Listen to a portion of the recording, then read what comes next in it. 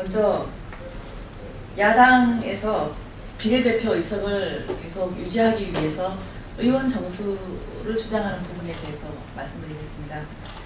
국회 정치개혁특별위원회에서 새정치민주연합의 간사를 맡고 있는 김태년 의원은 언론과의 인터뷰를 통해 국회의원의 의석수를 늘려야 한다는 취지의 발언을 했습니다. 새정치민주연합이 뒤늦게 농어촌 지역 대표성이 훼손되어서는 안 된다는 원칙을 내세우더니 이번에는 국회의원 정수의 확대 필요성을 주장하고 나선 것입니다. 이는 국회를 바라보는 국민 정서에는 아랑곳하지 않고 비례대표 의석을 단 한 석도 줄이지 않겠다는 새정치민주연합의 아집에 불과합니다. 지난 19대 총선 당시 한명숙 대표가 이끌던 야당은 비례대표 당선자 중 대부분이 친노, 486 운동권 출신들이었습니다. 친노가 주류인 새정치민주연합이 비례대표 의석 수를 단 한 석도 줄일 수 없다는 그 저희가 과연 무엇이겠습니까? 여기저기 눈치만 보다가 선거구 획정안이 국회를 넘어올 시기가 임박해서야 그 속내를 드러내는 것이 아니겠습니까? 새정치민주연합은 더 이상 대안도 없는 병명으로 국민을 호도해서는 안 될 것입니다. 농어촌 지역의 대표성을 확보하기 위한 현실적이고 실질적인 방안에 전향적으로 나서주시기 바랍니다. 다음은 또 우리 야당이 의도적인 사실 누락으로 국민을 호도해서는 안 된다는 말씀을 드리겠습니다. 새정치민주연합이 임금 피크제를 도입한 은행들의 신규 채용이 감소했다고 주장하고 나섰습니다. 하지만 이는 사실이 아닙니다. 임금 피크제를 흠집내기 위한 의도적인 사실 누락입니다. 노이즈 마케팅으로 국민을 호도하려는 꼼수에 불과합니다. 은행업계는 수년간의 저성장, 저금리 기조로 그 수익성이 악화되어 왔고 이에 따라 임금 피크제 도입 여부와 상관없이 은행권 모두 신규 채용 규모를 계속 축소해 왔습니다. 2008년과 2014년의 수치를 비교해보면 임금 피크제를 도입한 은행은 신규 채용 규모를 27.3%를 줄였습니다. 하지만 새정치민주연합이 누락시킨 임금 피크제 미도입 은행의 신규 채용 감소폭은 44.2%로 도입한 은행의 2배에 가깝습니다. 그만큼 감소폭이 많았다는 겁니다. 이는 새정치민주연합의 주장이 거짓임을 증명하며 더 나아가서 오히려 임금 피크제가 신규 채용에 긍정적인 영향을 주고 있음을 방증하는 것입니다. 임금 피크제를 포함한 노동개혁은 국가 경제를 살리겠다는 절체절명의 각오로 시작된 일입니다. 이에 힘은 되지 못할 망정 발목을 잡는 것은 국가의 미래를 견인해야 할 국회의 직무유기입니다. 국감이 종료되면 다음 주부터 노동개혁을 위한 법안 심사가 시작됩니다.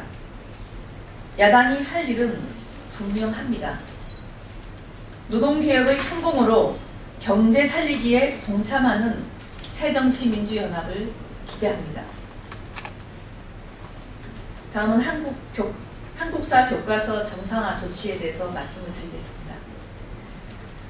좌편향된 한국사 교과서를 정상화시켜야 하는 국회의 책무를 강조하고 싶습니다.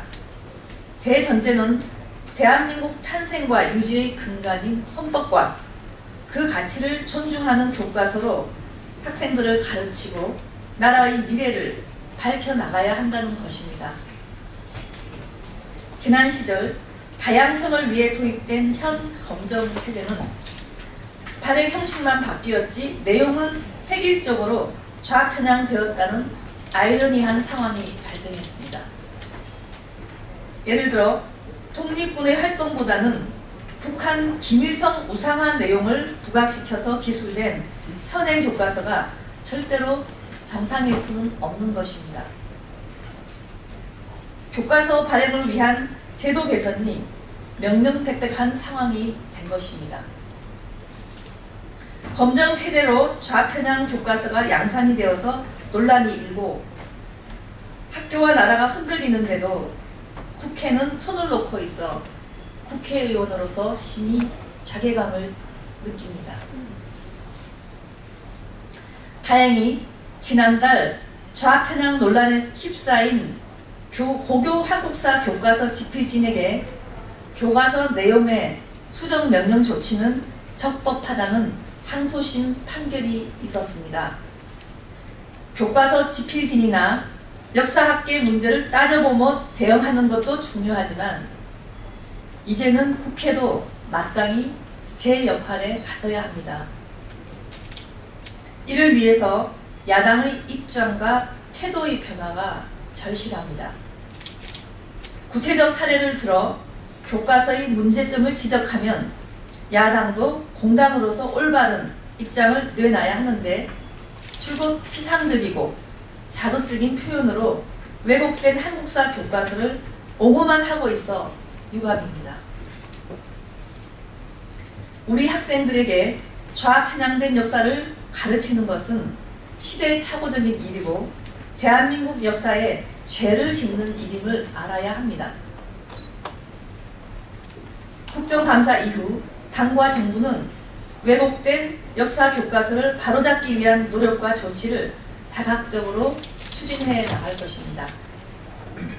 새정치민주연합도 이에 적극적으로 동참해 줄 것을 촉구합니다. 다음은 청년희망재단에 대해서 말씀드리겠습니다. 정부는 오늘 기자간담회를 열고 청년희망펀드의 진행 상황과 사업 방향에 대해서 설명했습니다. 청년 일자리 창출은 비단 청년들만의 문제가 아닙니다. 청년들이 일을 해야 내수가 살아나고 내수가 살아나야 우리 경제가 살아납니다. 이런 선순환 구조가 잘 만들어져야 우리 경제의 체질이 변하고 국가의 원동력도 탄생할 수 있습니다. 그만큼 청년 일자리의 창출은 시급하고도 중요한 문제입니다. 그런 의미에서 청년 일자리 창출을 위한 청년희망재단의 앞으로의 역할은 대단히 고무적입니다. 우리 새누리당도 청년 일자리 창출을 위해서 모든 당력을 집중하겠습니다.